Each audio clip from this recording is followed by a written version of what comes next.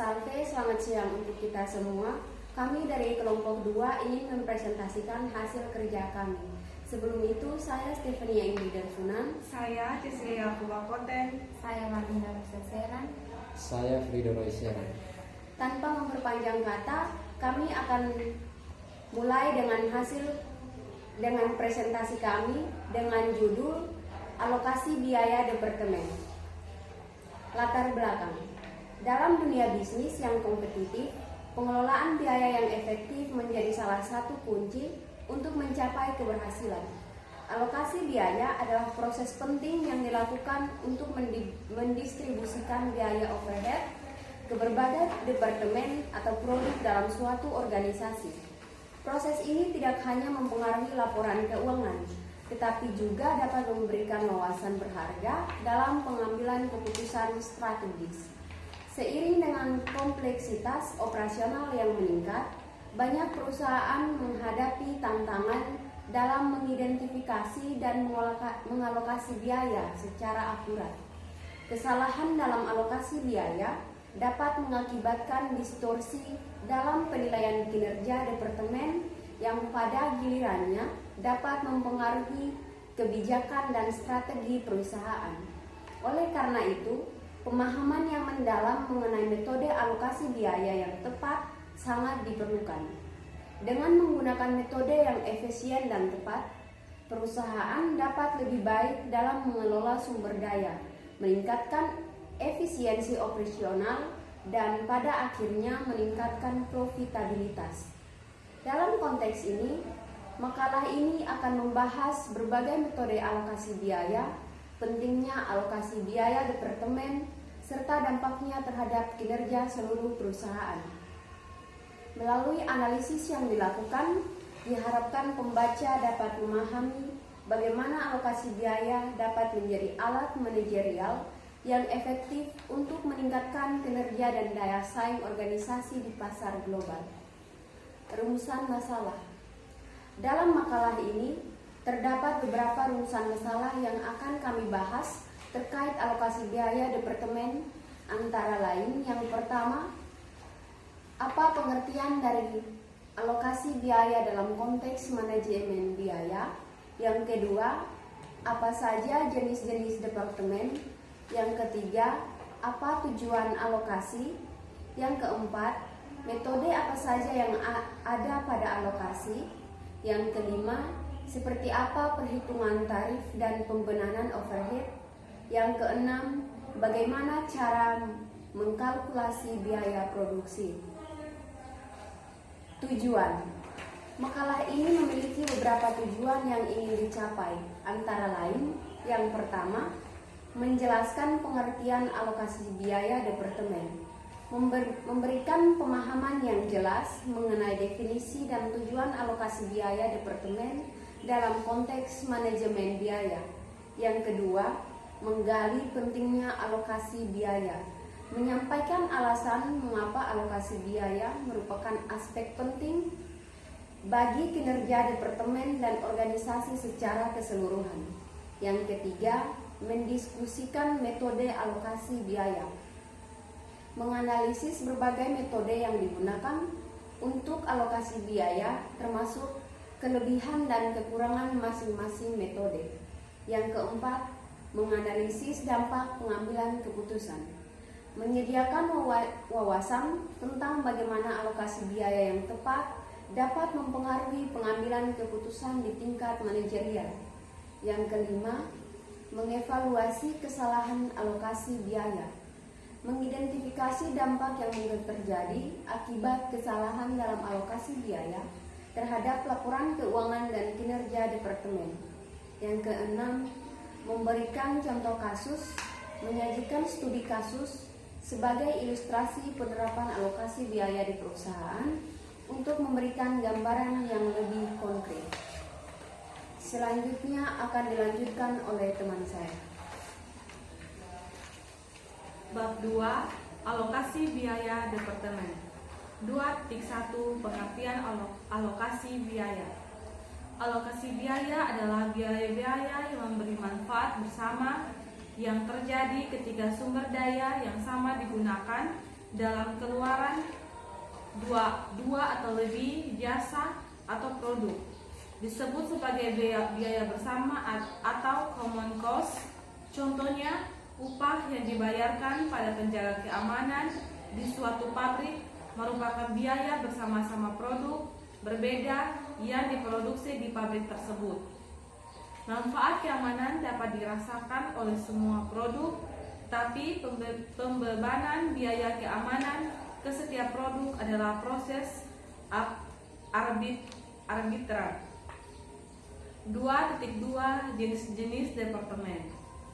Gambaran perusahaan industri yang akan menjadi bahan pembahasan dalam materi ini adalah perusahaan dengan kategori besar. Dalam arti sesuai pembahasan perusahaan kategori besar, yaitu di mana proses produksinya melalui lebih dari satu departemen. Contohnya perusahaan mebel yang masih kecil, semua mengerjakan produk mulai dari awal sampai selesai dikerjakan oleh tenaga kerja yang sama.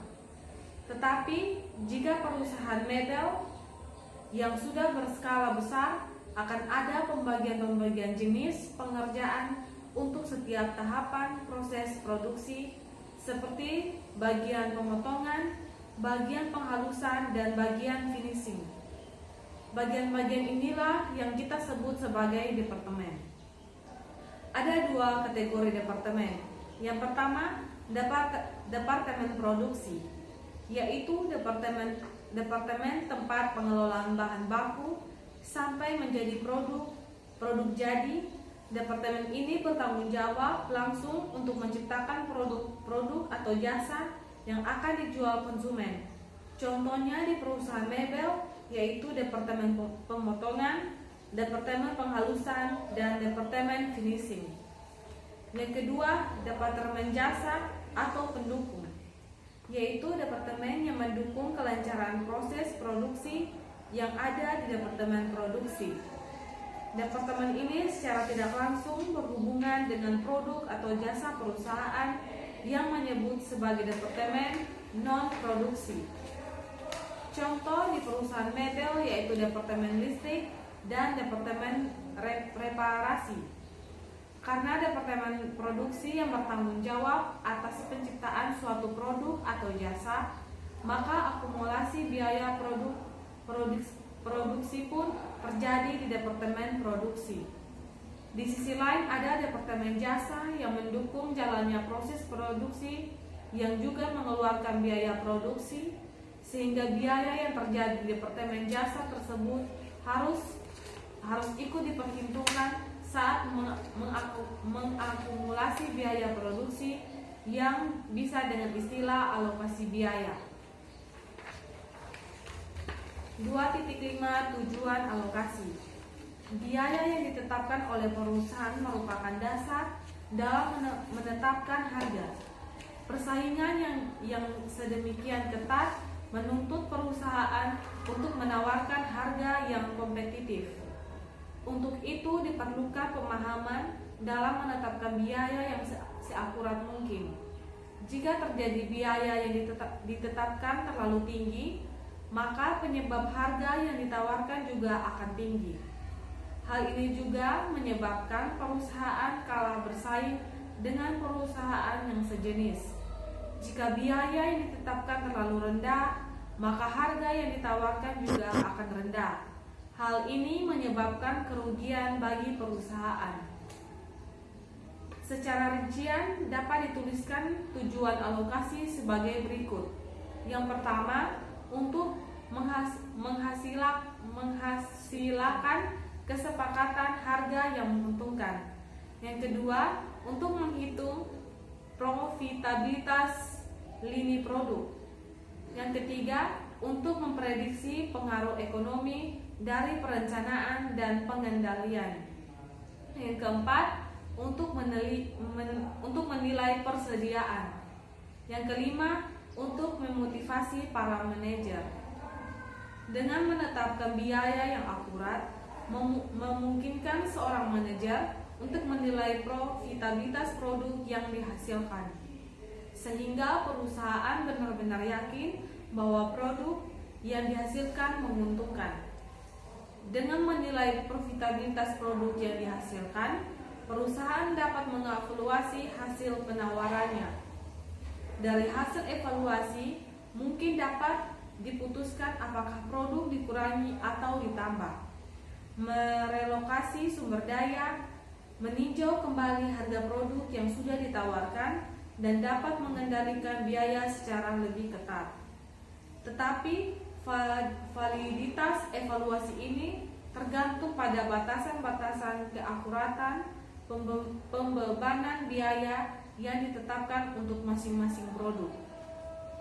Untuk perusahaan manufaktur, penilaian terhadap persediaan merupakan hal yang penting, di mana produk harus dibebani semua biaya manufaktur, langsung maupun tidak langsung, termasuk alokasi biaya jasa departemen, jasa ke departemen produksi, dan kemudian membebankan kembali biaya tersebut ke produk yang dihasilkan. Persediaan dan harga pokok penjualan harus memperhitungkan biaya bahan langsung, tenaga kerja langsung dan semua biaya overhead pabrik. Alokasi biaya jasa departemen. Jasa ini juga dapat digunakan untuk memotivasi para manajer agar mengkonsumsi secara efektif dan efisien biaya jasa departemennya. Hal ini berkaitan dengan penilaian kinerja manajer dalam memilih tingkat konsumsi biaya yang tepat.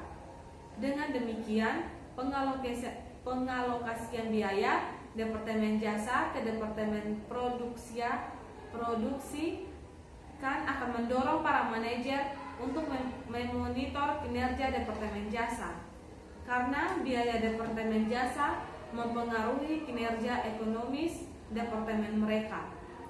Lebih jauh lagi, jika ternyata biaya departemen jasa tidak efektif dari segi biaya dibanding dengan sumber dari luar, maka perusahaan tertentu tidak akan melanjutkan penawaran secara internal. Selanjutnya akan dilanjutkan oleh teman saya.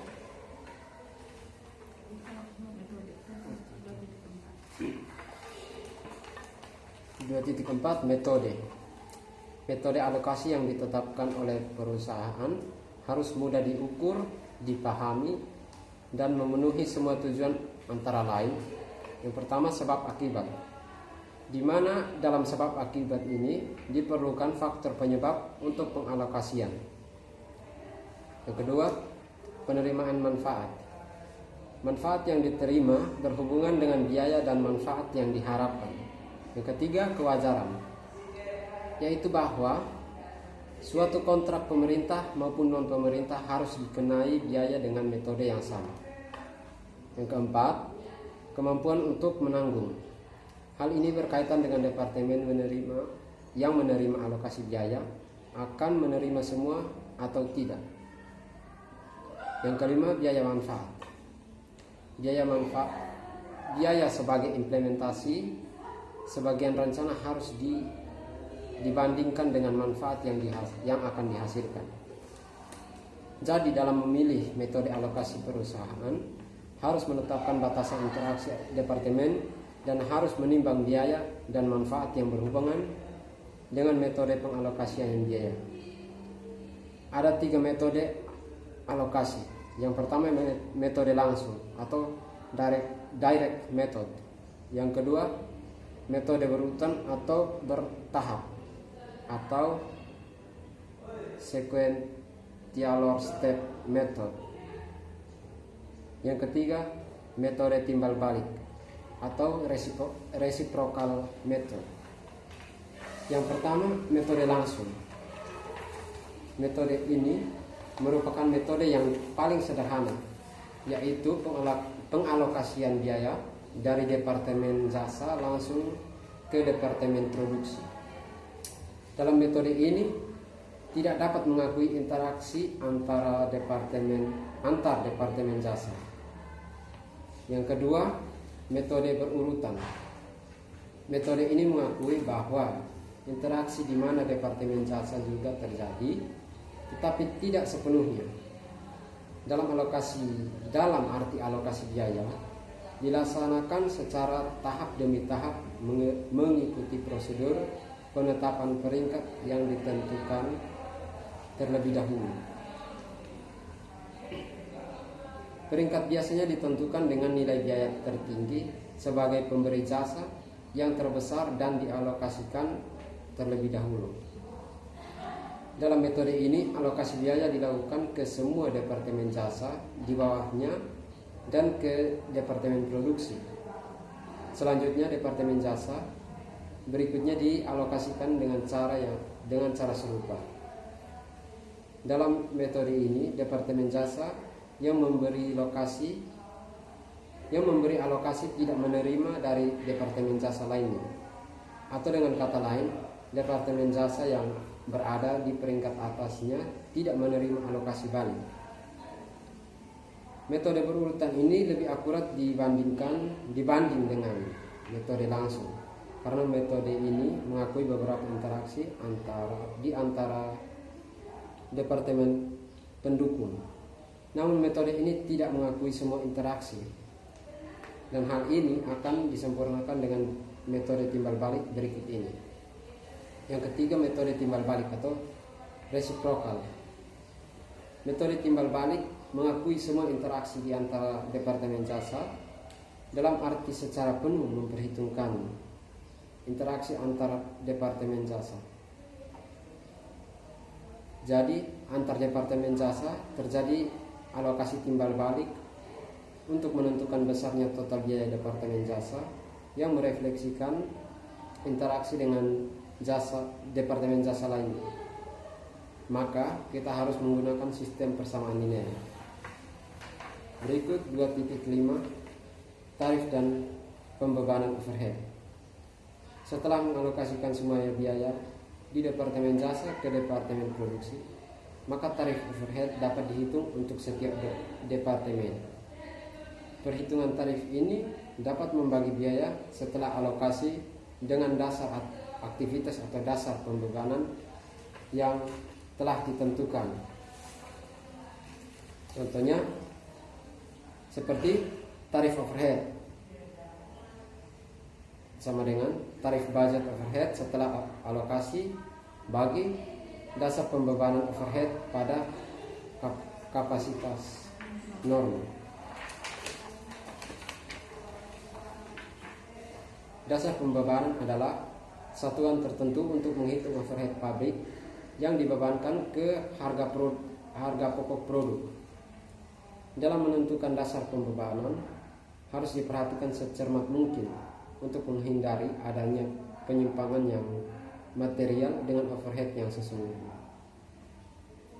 Dengan pembebanan biasanya dihubungkan dengan pengaruh biaya tertentu atau materialitas elemen biaya overhead tertentu. Dasar pembebanan yang umum digunakan adalah yang pertama, jam kerja langsung atau direct labor hour. Yang kedua, jam mesin atau machine hour. Upah langsung atau direct labor cost. Yang keempat, biaya bahan baku atau direct material cost. Yang kelima, unit produk atau unit output. Contoh penerapan dasar pembebanan ini di atas. Perusahaan menentukan di muka budget biaya overhead pabrik untuk tahun 2006 adalah 60 juta. Diketahui perkiraan atau estimasi data lainnya sebagai berikut. Yang pertama, jumlah jam kerja langsung sama dengan 6.000 jam kerja. Yang kedua, jumlah jam mesin sama dengan 10.000 jam. Yang ketiga, upah langsung sama dengan 100 juta. Yang keempat, biaya bahan baku sama dengan 120 juta.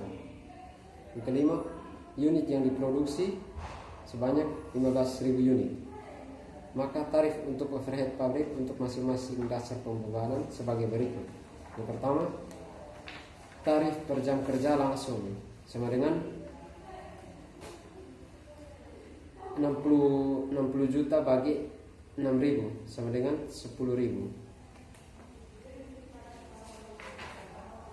Yang kedua, tarif per jam mesin sama dengan 60.000 bagi 10.000 sama dengan 6.000. Yang ketiga, 60 juta kali 60 juta per bagi 10 juta kali 100% sama dengan 60%. Yang keempat, tarif per biaya bahan baku sama dengan 60 juta bagi 120 juta kali 100% sama dengan 50%. Yang kelima, tarif per unit produksi sama dengan 60 juta bagi 15.000 sama dengan 4.000. Dengan diketahui besarnya tarif overhead, pembebanan biaya ke produk dapat dihitung sebagai berikut. Pembebanan overhead sama dengan tarif overhead kali kapasitas sesungguhnya. Dari contoh di atas, jika diketahui bahwa perusahaan menggunakan dasar pembebanan overhead adalah jam mesin dan dalam periode tahun 2006, jam mesin sesungguhnya yang digunakan sebesar 9.000 jam, maka besarnya pembebanan overhead pabrik adalah sebesar 54 juta atau tarif per jam mesin 6.000 rupiah kali jam mesin 9.000 jam.